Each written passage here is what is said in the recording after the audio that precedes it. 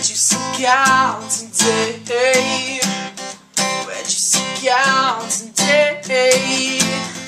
Where'd you seek out today? Well, did you seek out today? Where'd you seek out today? Hey everybody, we're here with my 3 kids. I have one more in the house, Connor, Austin, and Whitney. And we are doing the Book of the Month Club. And today, and this month, we're talking about a book called The Unusual Suspect by Stephen Baldwin. And it's a book that I got and I read 3 or 4 months ago. And then each of my kids have individually read it. So Connor wanted to start off. Tell me, Connor, what did you think about the book, or what did you want to say about the book? Okay, well, basically, I'll kind of tell you guys about the book a little bit.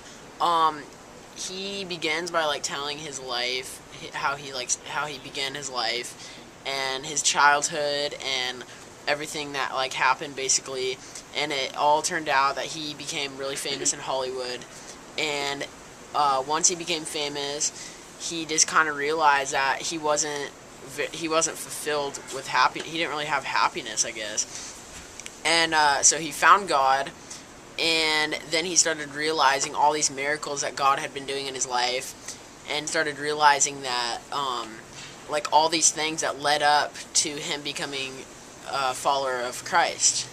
And it was just amazing to read, and it was really easy to relate to him, just the way he talked and the way he told his stories. It was just, it wasn't like a pastor or anything. It was just like your friend talking to you, and it was really easy to relate to. Whitney, what did you think about the book? Well, I really love this book because you can I can give it to my friends, and I know that they'll understand it, and it'll change their lives. Like, I feel like if there's someone who's maybe going down the wrong path or just doesn't know God, I feel like I can give this book to them, and they'll understand it. And I just like the way he talks, because like Connor said, you can relate to him. And he just totally, he's not a perfect Christian. He admits he's wrong, and even now, even though he's a Christian, he does things that he regrets, but he admits that he's not perfect, and he tries his hardest to follow God in every way. And I don't know, it's just a really good book. Austin, what did you think? I was actually forced to read this book by my dad, and I was really mad when I first started reading it, because I was grounded, and this is the only way that I would get my phone back. But after I started to read it, I really enjoyed the book, and it talks about just Hollywood's, I guess, played out story of the perfect life, and this guy had it. Stephen Baldwin had it. He had the perfect life according to Hollywood and according to famous people, and he didn't find enough joy in that. But God brought that joy that he needed, and Hollywood couldn't provide that.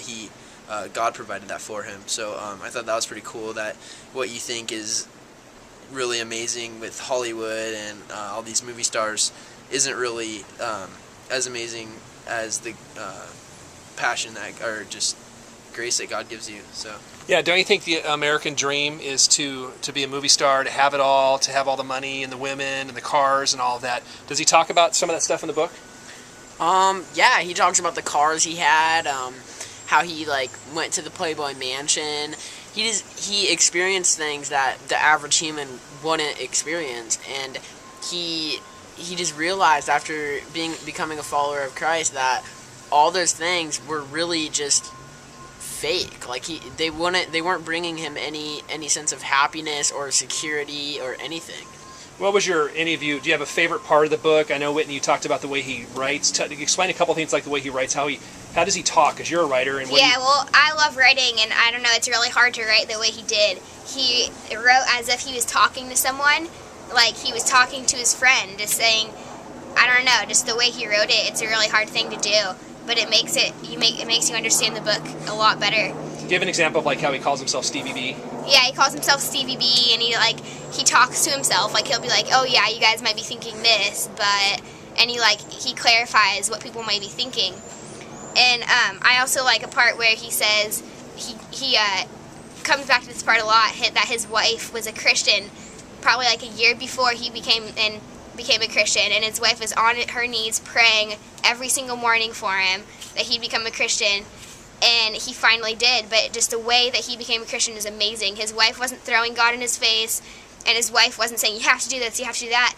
She was just just praying, and that's the way that his life was changed. And I don't know, it's just amazing how God works. Austin, you have anything else you want to say about the book? I like the whole book, but yeah, that's what Winnie was saying. The power of prayer is pretty much unbeatable. There's nothing more powerful than that. So. And then Connor, what any lasting thoughts about the book?